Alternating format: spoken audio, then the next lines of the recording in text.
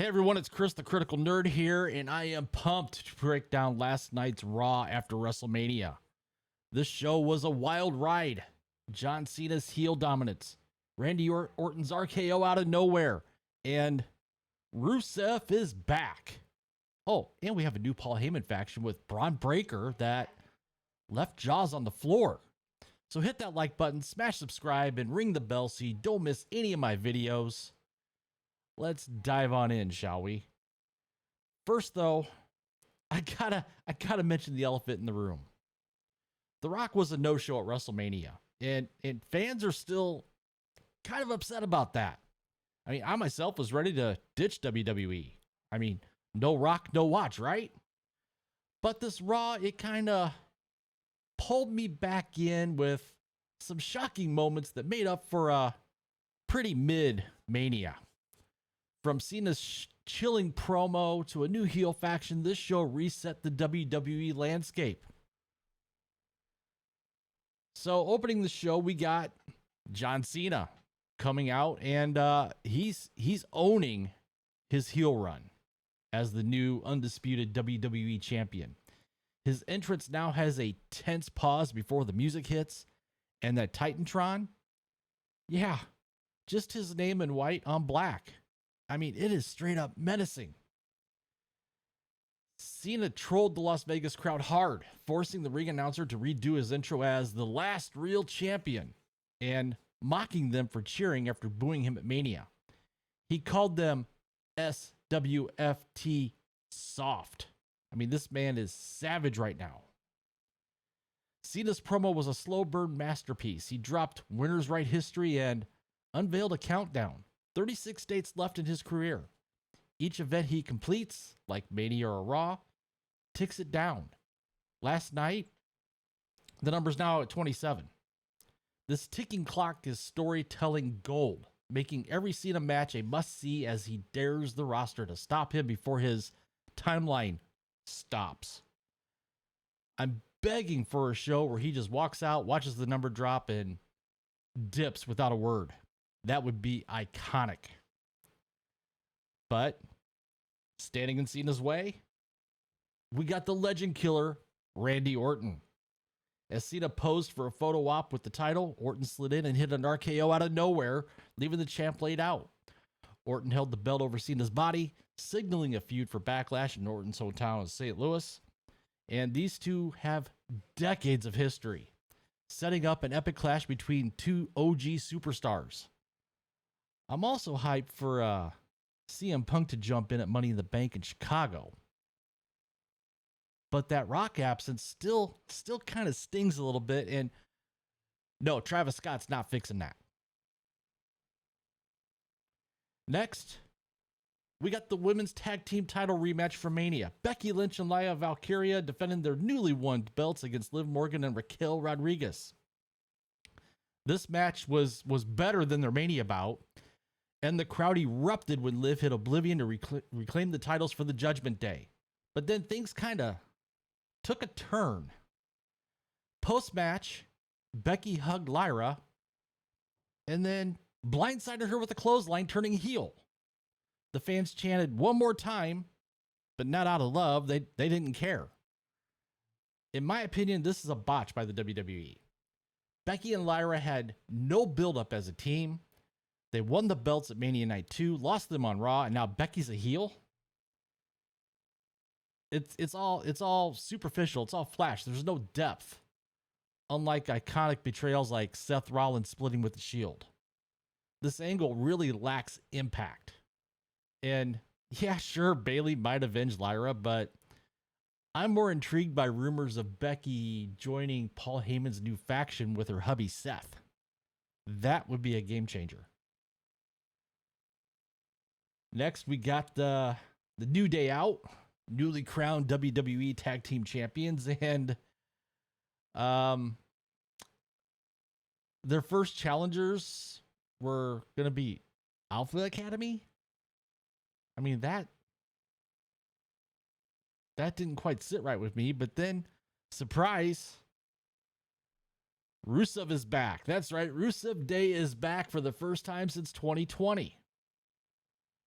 And even the crowd was chanting Rusev Day like it was 2018. This was the major shock of the night.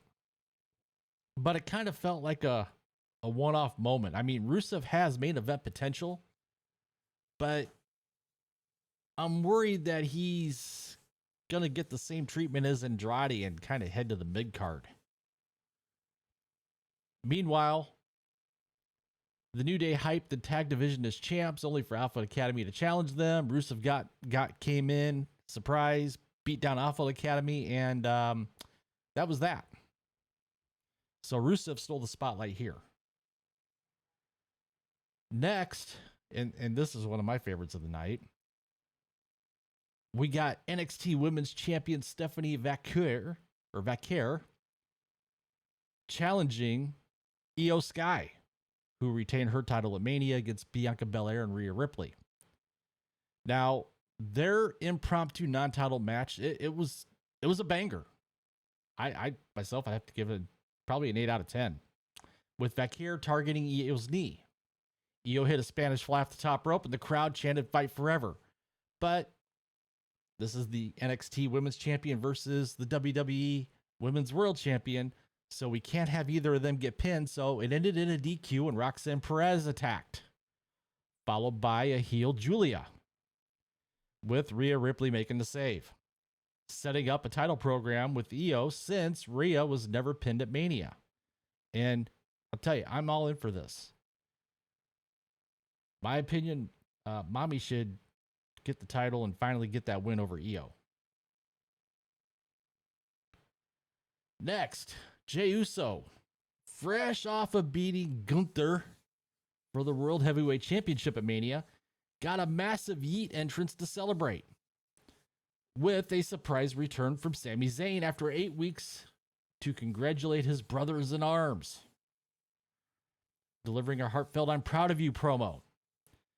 But then, as Jay was celebrating on the turnbuckle, Sammy was kind of giving him a jealous glance behind his back. And the crowd was holding their breath. They were expecting Sammy to turn heel.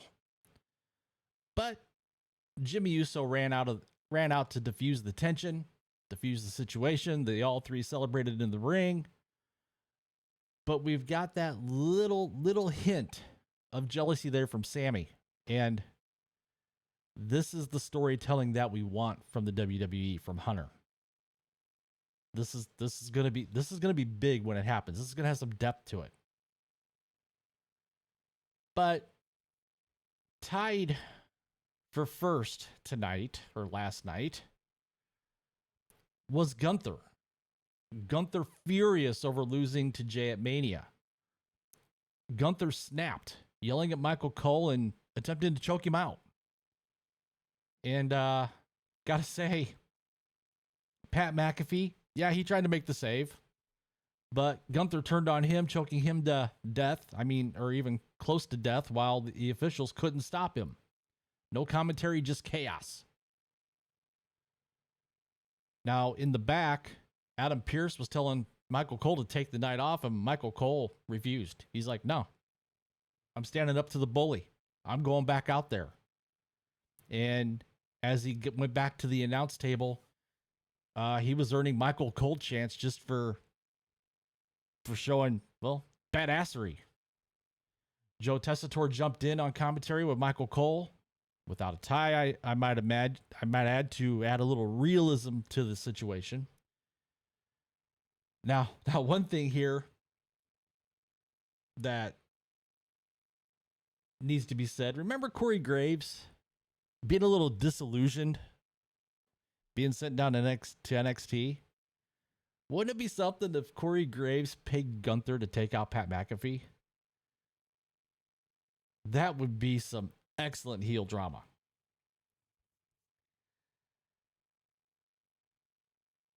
Now, we did have that Intercontinental title main event match.